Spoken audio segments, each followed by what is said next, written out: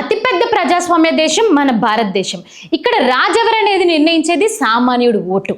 కానీ మీరు ఓటు వేయడానికి వెళ్ళినప్పుడు మీ పేరు లిస్టులో లేదు అని చెబితే అది కేవలం మీ పేరు తొలగింపు కాదు, మీ సిటిజన్షిప్ని ప్రశ్నించడం. ఇది ఒకరిద్దరి సమస్య కాదు, ఏకంగా 91 లక్షల మంది భారతీయుల కథ.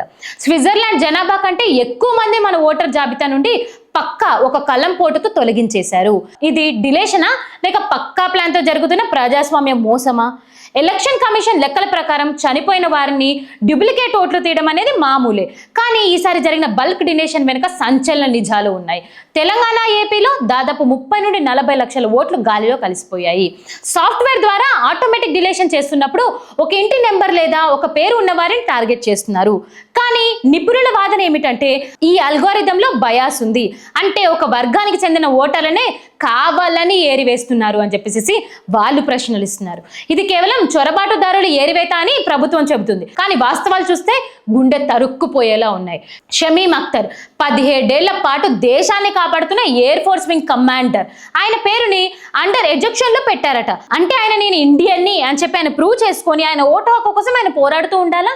జస్టిస్ సాహిబుల్లా మున్షి, హైకోర్టులో మాజీ జడ్జ్, రాజ్యాంగాన్ని కాపాడిన వ్యక్తినే తన ఉనికిని నిరూపించుకోమంటున్నారు. ఒక జడ్జికే ఈ పరిస్థితి ఉంటే మురికివాడల్లో ఉండేవాడు వలస కూలీల పరిస్థితి ఏంటి? బగ్దా నియోజకవర్గంలో తొలగించబడిన 50,000 మందిలో 46,000 మంది హిందువులే.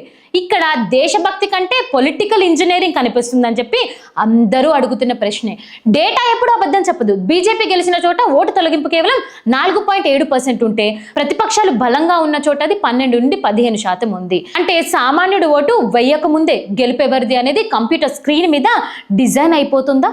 సుప్రీంకోర్టు తీర్పు కూడా ఓటర్లకు ఊరటనివ్వలేదు.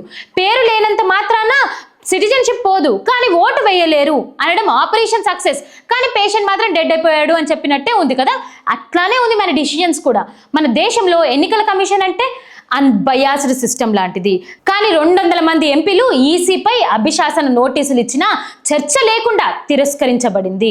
ఇది కేవలం బెంగాల్ సమస్య కాదు, రేపు మన రాష్ట్రంలో మన ఊర్లో మీ ఓటు కూడా మాయమైపోవచ్చు. ఇప్పుడే ఓటర్ హెల్ప్ లైన్లో మీ పేరు చెక్ చేసుకోండి. పేరు లేకపోతే ఫామ్ డి ద్వారా అప్లై చేసుకోండి. ఈ సిరా గుర్తు కేవలం ఒక మచ్చ కాదు, ఇది మీ అధికారం. దీన్ని కుట్రలతో తుడిచిపెట్టనివ్వకండి. అప్రమత్తంగా ఉందాం, ప్రజాస్వామ్యాన్ని మనమే కాపాడుకుందాం. నిజం నిర్భయంగా మీకోసం మాట్లాడతాము. భారతవాస్. జై హింద్.